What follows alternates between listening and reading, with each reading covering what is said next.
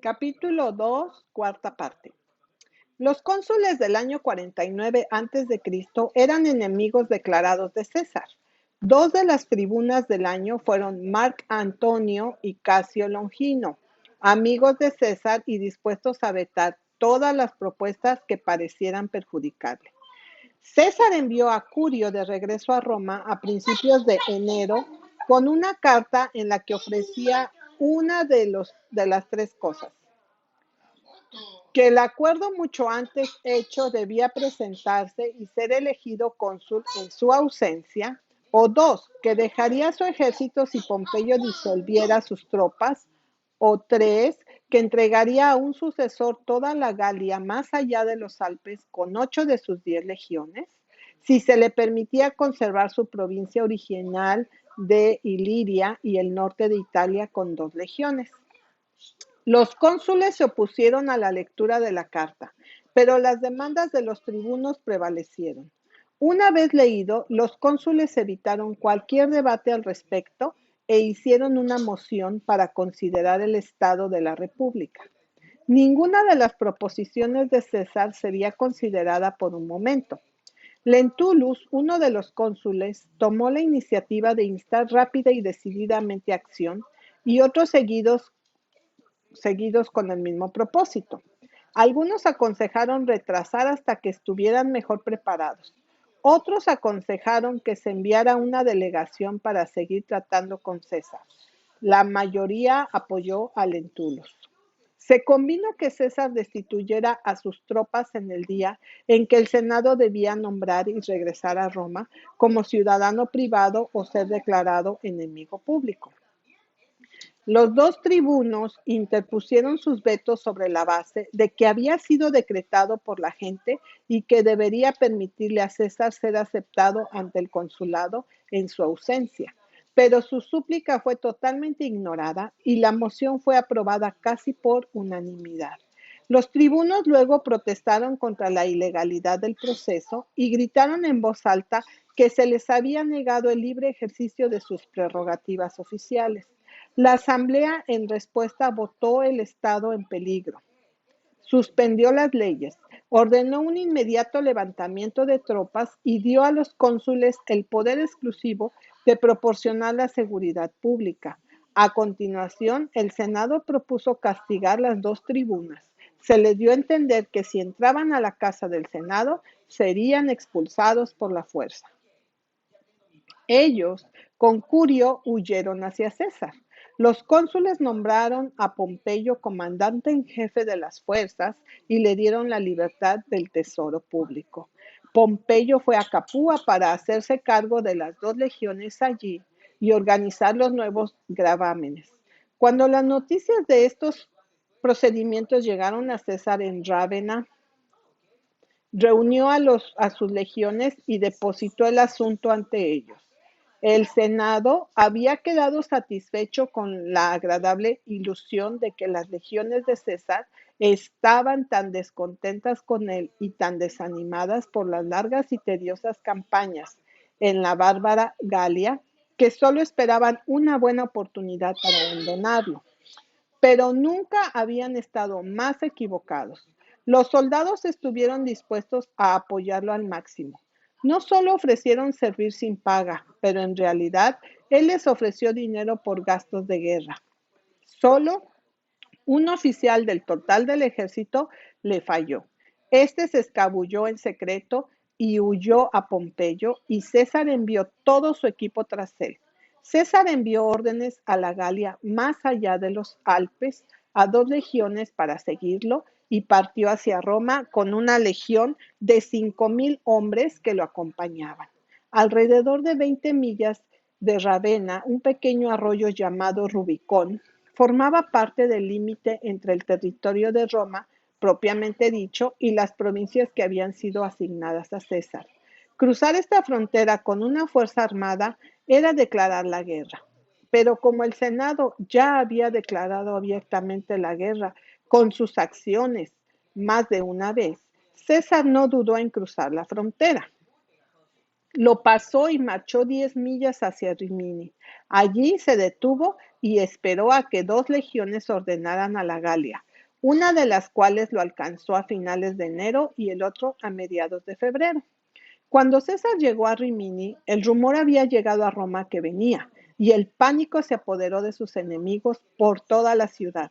Sus imaginaciones excitadas y temores culpables lo imaginaron como viniendo con todas sus legiones, acompañado por huestes de los terribles bárbaros de la Galia. Apresurándose a marchas forzadas, más cerca y aún más cerca y exhalando ira ardiente, vuelo instantáneo, vuelo era la única seguridad. Se levantaron cónsules, pretores, senadores, dejando esposas e hijos y propiedades a su destino, sin detenerse ni siquiera a sacar el dinero del tesoro, pero contentándose con dejarla cerrada. A pie, a caballo, en literas, en carruajes, huyeron por sus vidas para encontrar seguridad bajo el ala de Pompeyo en Capua. Freud. Sin embargo, en lugar de que César marchara hacia Roma, esperaba tranquilamente en Rimini a que sus legiones vinieran de Galia, y la espera allí estaba funcionando doblemente a su favor, por no hablar de los resultados del pánico y de los temores de sus enemigos en Roma. Las dos legiones no solo vinieron rápidamente de la Galia, sino que las tropas acudieron a él desde todo el país alrededor, y ciudades de camino a Roma comenzaron a declarar por él, y estaban listos para abrir sus puertas tan pronto como llegara. Agenobarbo, con unos pocos miles de hombres, ocupó un lugar fuerte en las montañas directamente en el camino de César. César rodeó el lugar y capturó todo el cuerpo de ellos. Les mintió y luego los dejó ir a todos. Agenobarbo y algunos de sus oficiales se fueron, pero sus tropas se declararon por César. Tan pronto como Pompeyo y los nobles se enteraron de la captura de Agenobarbo y la deserción de estas tropas, tomaron nuevamente su vuelo hacia Brundusium, en la costa este de Italia, donde podrían tomar barcos para Épiro. La mayor parte de ellos zarpó de inmediato. Pompeyo se quedó con una parte de su ejército para que los barcos regresaran para llevárselo al interior. César se apresuró a ir a Brundusium, donde llegó el 9 de marzo. Pompeyo estaba allí. César pidió una reunión, pero Pompeyo se negó. César inició un sitio, pero los barcos pronto llegaron y Pompeyo y su ejército zarparon hacia Durazo en la costa de Epiro. César no tenía barcos y no podía seguir más lejos a los fugitivos. Por lo tanto, fue directamente a Roma. Ella abrió las puertas de par en par para recibirlo. El resto del Senado fue convocado por los tribunos que habían huido de César, pero no harían nada. La asamblea del pueblo le botó el dinero en la tesorería, tomó lo que necesitaba y como España y el Mediterráneo y la costa de la Galia todavía estaban sujetos a Pompeyo, este entró en unos pocos días para someterlos. Todo esto se logró antes del invierno. Fue nombrado dictador en su ausencia, regresó a Roma en octubre. Designó un día para la elección de cónsules para el año 48 a.C. y él mismo y Servilius y Sauricus fueron elegidos sin oposición. Así fue elegido cónsul el mismo año, lo que le había sido prometido mucho antes por el Senado y la Asamblea, aunque el Senado había declarado que nunca debería haber sido elegido en absoluto. La elección de los demás magistrados legales pronto siguió. Se restauró la forma de gobierno legal y se dispuso de inmediato a buscar a Pompeyo y al Senado. Tarta marchó a Brundusium y navegó a Épiro. Allí descubrió que Pompeyo se había ido a Macedonia.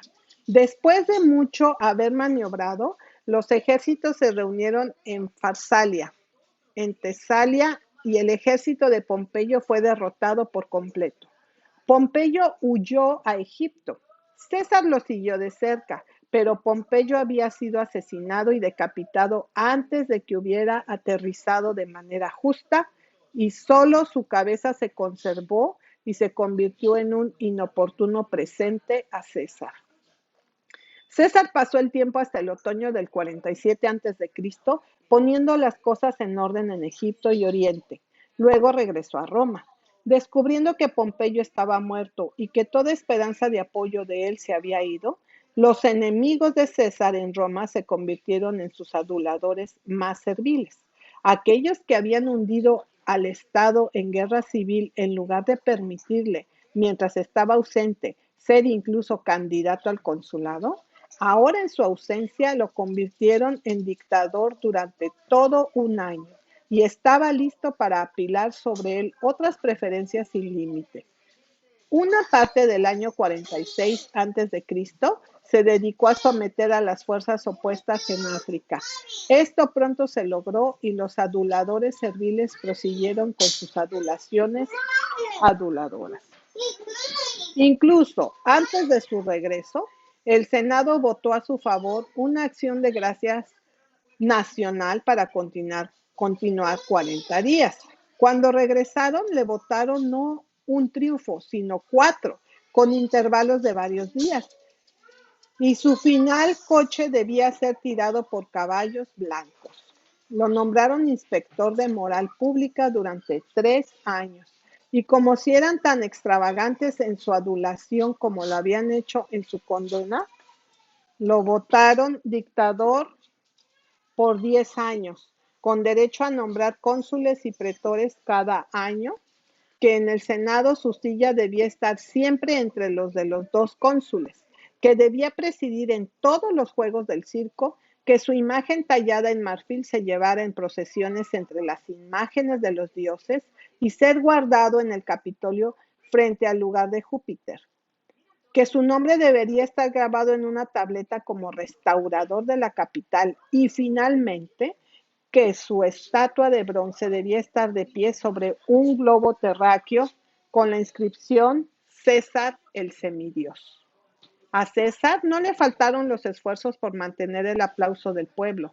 Le dio a cada soldado alrededor de $1,000 y a cada ciudadano alrededor de $20, con casa de alquiler gratis por un año, y proporcionó una magnífica fiesta para los ciudadanos que fueron apoyados por el público. Subvenciones de grano. 22,000 mesas se extendieron con las viandas más ricas, en las que se festejaban a los 200,000 pobres del estado, mientras que de los tontos brotaba el mejor vino. Por encima de todo esto, proporcionó la mejor exhibición de juegos y sangrientas batallas de gladiadores que había visto alguna vez. Tan grande fue de hecho y tan sangriento y continuó durante tanto tiempo que hartó bastante al salvaje apetito romano. Y la gente empezó a quejarse de que las enormes sumas de dinero gastadas en los programas habrían sido mejor empleados en donaciones directas para ellos mismos. Hora y espacio fallaría en decir los números, la magnitud y la magnificencia de los edificios con los que adornaba la ciudad.